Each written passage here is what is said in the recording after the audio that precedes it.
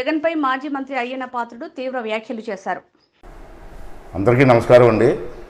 ఒక ముఖ్యమైన విషయం మీతో మాట్లాడాలని ఈరోజు మీ ముందుకు రావడం జరిగింది.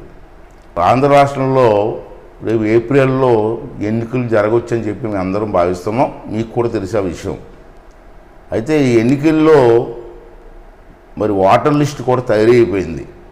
మరి 4-5 రోజుల క్రితం అనుకుంటాను ప్రభుత్వం మనకి ఓటర్ లిస్టులు కూడా పంపించారు.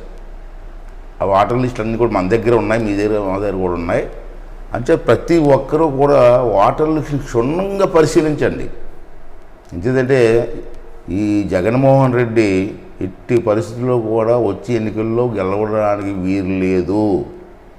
రాష్ట్ర భవిష్యత్తు కోసం, మన పిల్లల భవిష్యత్తు కోసం జగన్మోహన్ రెడ్డిని ఎట్టి పరిస్థితుల్లో జైలుకి పంపించవలసిందే.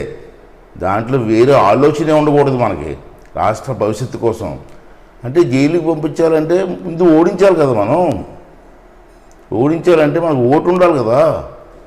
అంటే జగన్మోహన్ రెడ్డి చేసేదంటే ఈ వాలంటీరీ వ్యవస్థని అధికారులు కొంతమంది పనికిమాలిన అధికారులు చేతిలో పెట్టుకొని ఈ ఓటర్ లిస్టులో దొంగ ఓట్లు జాయిన్ చేసి లేకపోతే మన ఓట్లు తీయించేసి గెలవాలని ప్రయత్నాలు స్టార్ట్ చేశాడు. ఆల్రెడీ తెలిసిపోయింది అతనికి.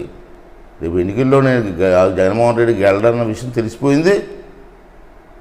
ఓడిపోతే ఇంటికి కాదు జైలుకి కూడా పోతాడని అర్థమైంది. కాబట్టి ఏదోలాగా మన ఓట్లు తీసేసేయడం లేదా ఏదో ప్లాన్ చేసి దొంగ ఓట్లు జాయిన్ చేసి గెలవాలని చెప్పి ఒక ప్లాన్ చేస్తున్నాడు. అది కూడా అందరికీ తెలిసిన విషయమే. అయితే జగన్మోహన్ రెడ్డిని ఎట్టి పరిస్థితుల్లో ఓడించాలని మాట్లాడుతున్నాం.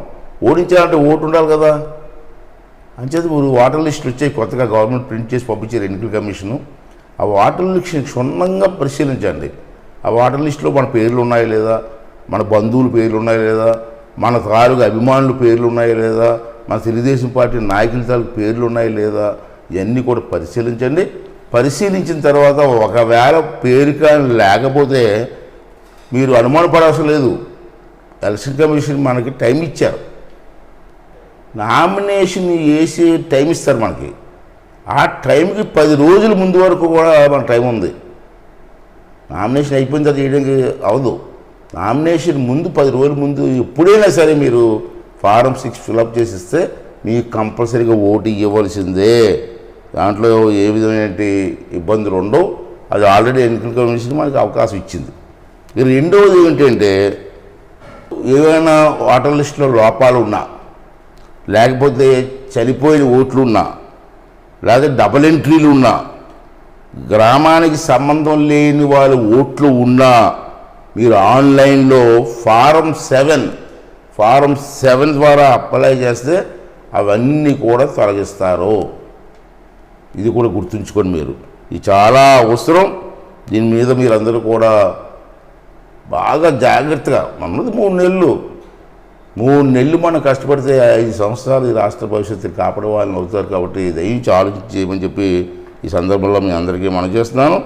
అలాగే ఎవరైనా అధికారులు, మన ప్రాంతంలో ఉన్న అధికారులు కొంచెం ఓవర్ యాక్షన్ చేసినా, తప్పుడు పనులు చేసినా మీరు వెంటనే మన కలెక్టర్ గారికి, అనకాపల్లి కలెక్టర్ గారికి, తర్వాత ఆర్డీఓ గారికి, తర్వాత ఎన్నికల కమిషన్కి కూడా కాగితం పెడితే వాళ్ళ మీద యాక్షన్ తీసుకుంటారు. ఒకవేళ మీరు ఎన్నికల కమిషన్ కానీ కలెక్టర్ గారికి కానీ అయ్యేది గారు లెటర్ రాయాలని తెలియకపోతే నా నర్సీపట్నం మా ఇంటికి వస్తే నేను ఏ విధంగా రిపోర్ట్ రాయాలో మా పిఏల ద్వారా వాళ్ళ ద్వారా మీకు చెప్పించి ఏర్పాటు చేస్తాను. దీన్ని మాత్రం ఎట్టి పరిస్థితుల్లో అశ్రద్ధ చెయ్యొద్దని చెప్పి ఈ సందర్భంలో అందరికీ మనం చేస్తానండి. మరొక ముఖ్యమైన విషయం ఏంటంటే ఇప్పుడు వాలంటీర్ వ్యవస్థ ఉంది. మనం ముఖ్యమంత్రి గారు ప్రతి మీటింగ్లో నా వాలంటీర్లు మన పార్టీకి సంబంధించిన వాలంటీర్లు చెప్తున్నాడు పబ్లిక్గా. ఈ వాలంటీర్ల ద్వారా తప్పుడు పనులు చేయించడానికి ముఖ్యమంత్రి గారు ప్రయత్నం చేస్తున్నారు. అలాగని చెప్పి ఎవరు సగం మంది చేసేవాళ్ళు ఉండరు నాకు తెలిసి. ఎవరైనా కొంతమంది ఉంటే అటువంటి వాళ్ళని గుర్తించండి. అలాగే మండల లెవెల్లో అధికారులు ఎవరైనా కొంచెం ఓవర్ యాక్షన్ చేస్తే నా దృష్టి తీసుకురండి. నేను ఎన్నికల కమిషన్ దృష్టి తీసుకెళ్ళి, కలెక్టర్ గారి దృష్టి తీసుకెళ్ళి వాళ్ళ మీద చర్యలు తీసుకునే ప్రయత్నం మనం చేద్దాం. ఎక్కడ అశ్రద్ధ చేయొద్దండి. ఈ రాష్ట్రానికి, రాష్ట్ర ప్రజలకి, మన పిల్లల భవిష్యత్తుకి చాలా ఎన్నికలు ముఖ్యం. కాబట్టి అందరూ అశ్రద్ధ చేయొద్దండి, దయించి దీని మీద దృష్టి పెట్టమని చెప్పి ప్రతి ఒక్కరిని మనస్ఫూర్తిగా కోరుకుంటూ